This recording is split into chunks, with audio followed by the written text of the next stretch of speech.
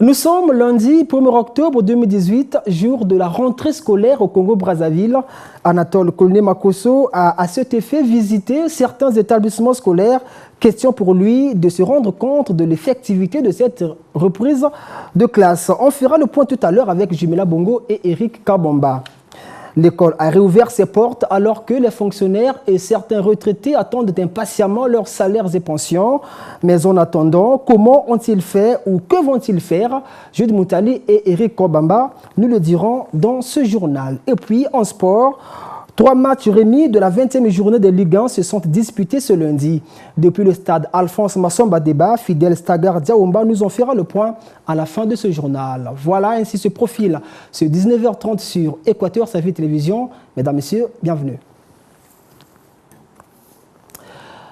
Après 3 mois de repos, les élèves sur toute l'étendue du territoire national ont repris le chemin de l'école ce lundi 1er octobre dans le cadre de la rentrée scolaire 2018-2019.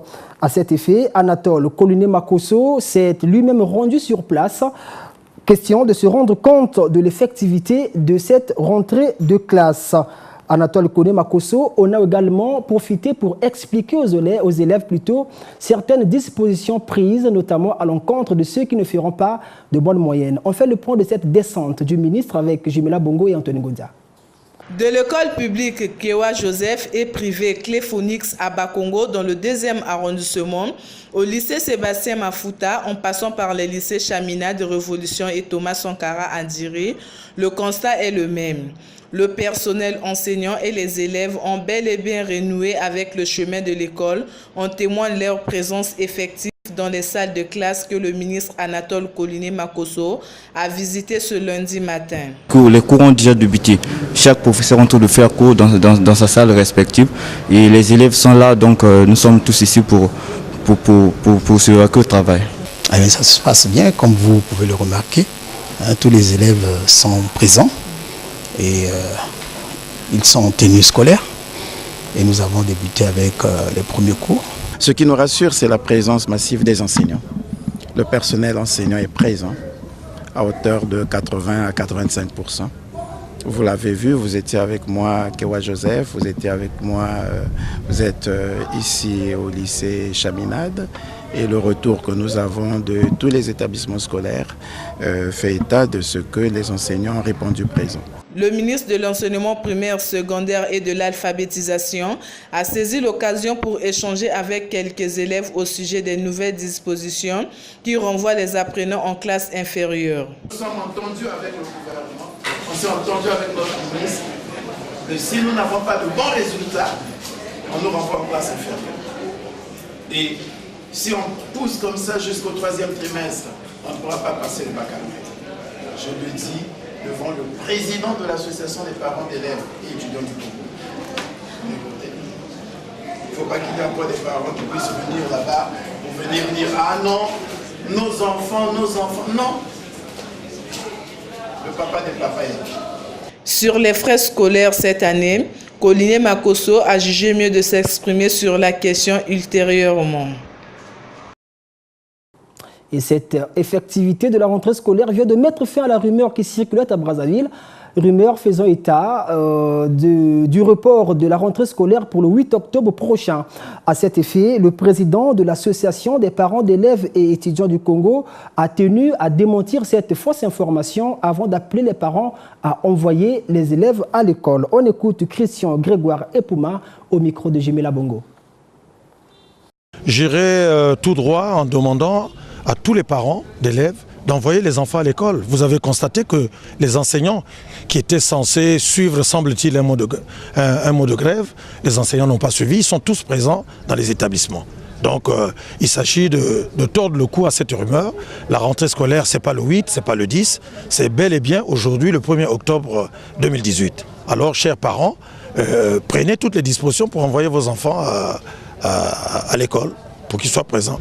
Le 1er octobre, mais demain le 2, si tous les enfants peuvent se retrouver, ce serait une très bonne chose parce que tous les enseignants sont présents. Voilà, c'est le seul message que je peux envoyer. La rentrée de classe a été effective également à l'Institut Henri Lopez où notre équipe de reportage est allée faire un constat positif. Là-bas, les élèves et personnels ont répondu présents, n'est-ce pas? Bienvenue Roger Kouimissa. C'est à 7 heures que le personnel enseignant, administratif et élèves ont répondu présents dans les locaux de l'Institut Henri Lopez ce premier jour de la rentrée des classes. Pour la directrice générale adjointe de l'IHL, Regina Priska Kombila, c'est déjà parti pour l'année scolaire 2018-2019. Mais bon, la rentrée scolaire 2018-2019 se présente très bien. Nous avons ouvert nos portes aujourd'hui à 7h30. Les enfants sont là et les enseignants aussi. La direction aussi. Et nous osons croire que d'ici demain, après-demain, il y aura encore plus d'enfants parce que la rentrée est effective chez nous. Tout est fin prêt. C'est vrai qu'il y a des parents qui sont encore lents à envoyer les enfants, mais les inscrits et les réinscrits de cette année viennent à pas de caméléon. On espère que ça va aller. Dans les salles de classe à notre arrivée, on a pu noter la présence des enseignants devant les apprenants, certains pour les révisions des notions antérieures, d'autres pour les premiers contacts avec les élèves. On fait d'abord les révisions, comme c'est le premier jour. Constater qu'il n'y a pas trop d'élèves, mais on fait avec. Les élèves sont motivés, les enseignants aussi sont motivés et les cours se font normalement. Ça se passe très bien, vraiment. On a déjà fait des leçons. Là, vraiment, on doit accélérer. Vous allez commencer à quelle heure? On va commencer à 7h pour finir à 13h.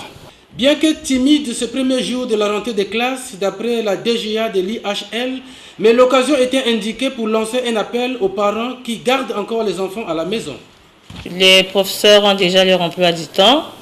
Il y a quelques retardataires sans doute de passer au fur et à mesure. Mais nous demandons aux parents d'élèves de nous envoyer des enfants. Le calendrier scolaire demande que la rentrée soit effective le 1er octobre.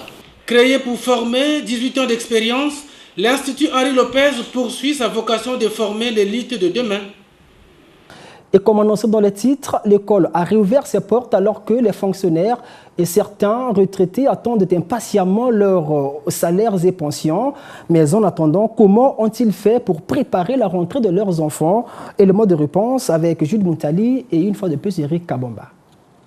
Certains parents d'élèves que nous avons rencontrés ce lundi dans la capitale nous ont fait savoir que leurs enfants n'ont pas pu se rendre à l'école ce premier jour de la rentrée de classe par manque de fournitures scolaires. La situation financière que traverse le pays en serait la cause. On ne peut pas envoyer nos petits-fils à l'école les mains vides. C'est tout un gymnastique qu'il faut arranger d'abord. Moi, ce que je suis en train de vivre, je ne l'ai jamais vécu moi-même. Dans toute ma scolarité, je ne l'ai jamais vécu, ce que nous sommes en train de connaître. Une vie, tu ne sais pas comment pouvoir faire, mais l'enfant va aller à l'école. Et c'était de tes responsabilités. C'est ça encore. Tu te rends compte que c'est tes responsabilités. Et donc, comme tu es démissionnaire, pendant ce temps, tu veux faire quelque chose. Pour d'autres, par contre, la rentrée scolaire se prépare quelques mois avant le début des cours. La période que nous traversons est une période de crise, réellement, mais la rentrée se prépare.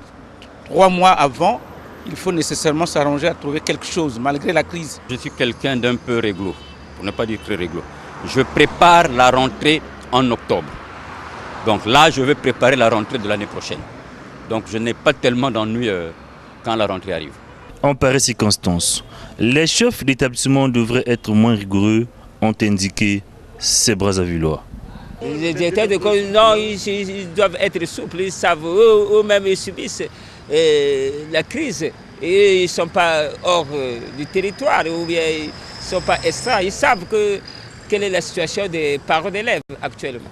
Aux autorités compétentes, comme c'est des humains, c'est des hommes qui peuvent reconnaître la réalité des autres, parce qu'évidemment, lorsqu'on est des fois autorité, on a un autre temps de vie, on a d'autres possibilités. Mais le problème, c'est de voir à ceux-là, par rapport à cette réalité, qui n'ont pas des moyens requis pour remplir leurs responsabilités. Les élèves aussi ne devraient pas être trop exigeants de leur côté. Merci bien Jude Moutali. Avec cette reprise de classe, ce sont les difficultés de transport qui refont surface à Brazzaville. Ce lundi, premier jour de la rentrée scolaire, le phénomène demi-terrain a été constatée dans pratiquement tous les coins de la ville capitale où certains citoyens réclament d'ores et déjà le retour des bus de la STPU, Société de transport urbain de Brazzaville, communément appelée Malalaise. Jude Moutali et Eric Kabamba ont fait le constat. Didier Alfred Nganga est un citoyen congolais vivant à Mayonga dans le 8e arrondissement de Brazzaville-Madibou. Il travaille au centre-ville.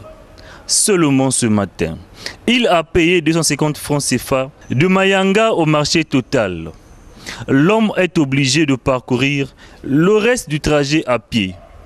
Cette période scolaire l'embarrasse. Je préfère même qu'on interdise ces bus-là pendant une semaine. Tous les Congolais marchent et ils comprendront ce qui va leur arriver, c'est tout. J'ai un travail avec des amis là, à l'école de statistique. Je ne peux pas me permettre de prendre 2 bus. J'ai pris un premier bus jusqu'au marché Total et là je marche. Une situation qui ne parle pas aussi les élèves. Ici, les bons offices de la Société de transport public urbain sont réclamés.